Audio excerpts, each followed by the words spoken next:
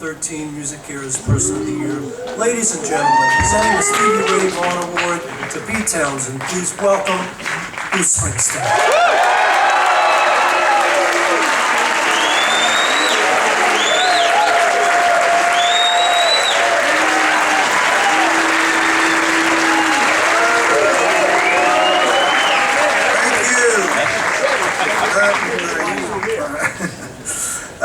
Pete's receiving the Stevie Ray Vaughan Award this year for his dedication to helping others who struggle with drug and alcohol addiction.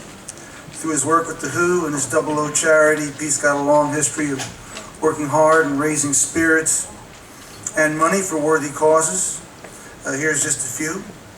In 1986, Double O Promotions put on the Colombian Volcano Relief Concert. 1989, The Who reconvened for an anniversary tour, generated over $8 million for children's charities throughout the UK and the USA. In the past years, The Who have helped the Teenage Cancer Trust raise close to £3 million to provide cancer wards and screening units.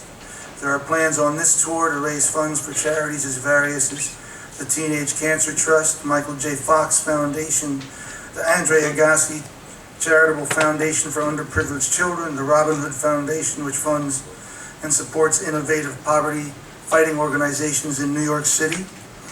I could go on and tell you much more about how Pete and the Who, what Pete and the Who have done for others, but I think I'll tell you a little bit about what Pete's done for me.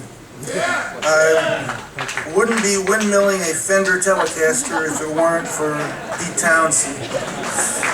It's the summer of 66 or 67. I'm not sure which one, but it was the first American tour that the Who were on, and I'm in a long line sneaking out of Convention Hall down the boardwalk, and the billboard read in big type, "Herman's Hermits." Then The Who. I was a young, pimply-faced teenager who managed to scrabble enough together to go see my first rock concert ever. Pete and the Who were young, pimply-faced teenagers with a record contract, a tour, and a rude, aggressive magic. They were on this tour, of all things, opening for Herman's Hermits. There was no justice. So I scrambled to my seat in what seemed like the cavernous convention hall, and I waited for the rumble to start. The first band out, I think, was a band called the Blues Magoos. They were at a New York City, there's a few folks remember the Blues Magoos out there. I don't believe it. But they had a great song called We Ain't Got Nothing Yet, and they came out and they had these electric suits, and when all the lights went out in the hall, the electric suits lit up, and it was high-level special effects for the time. But then the Who came out. I think they played for probably no more than 30 minutes. And before Pete, in a cloud of smoke, demolished his guitar, bashing it over and over into the floor, and his amplifier. Now the audience was filled with a significant number of teeny boppers who were waiting for Mrs. Brown, the God of your daughter. So they sat there with their mouths agape, wondering, like, of course, who are you? Who are these guys? What are they doing? Why are they doing it?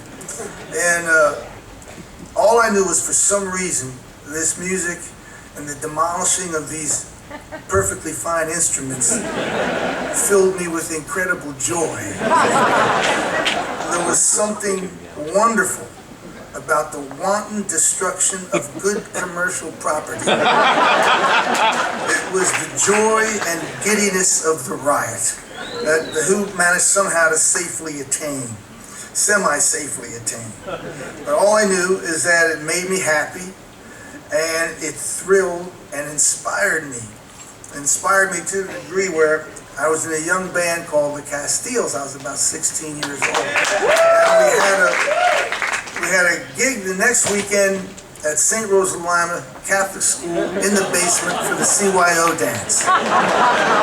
So I went out and I bought a smoke bomb and I bought a strobe light, and I brought them over to the gig. And as the night neared its end, not being able to smash my guitar, it was the only one I had. I couldn't, So at the end of the night, I lit the smoke bomb in the Catholic school basement. I turned on the strobe light, and I climbed on top of my Dan Electro amplifier, holding a vase of flowers that I'd stolen from one of the upstairs classrooms.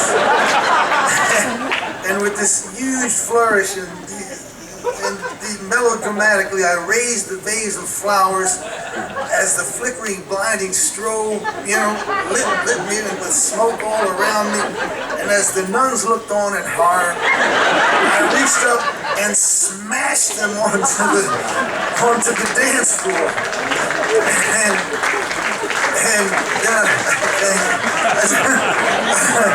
I jumped off the amp and I stomped all over the petunias, bringing them to an early death.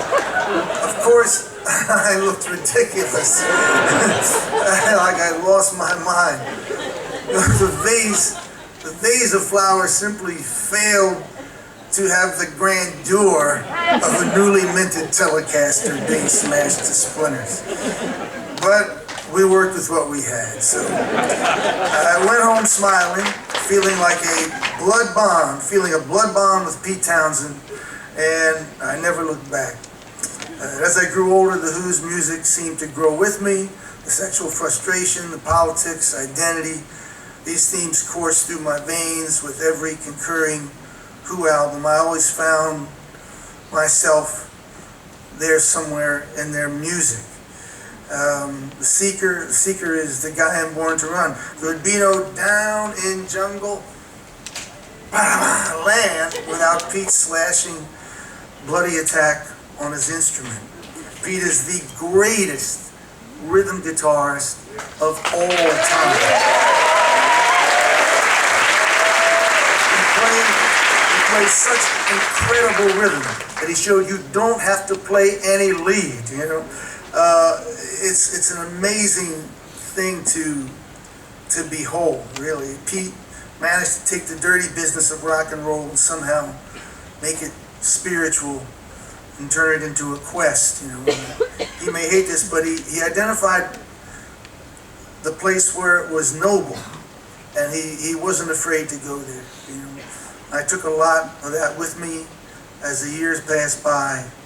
So Pete, I'm here to say congratulations, well deserved, and thanks for not just Who's Next, or for Who Are You, but for who I am.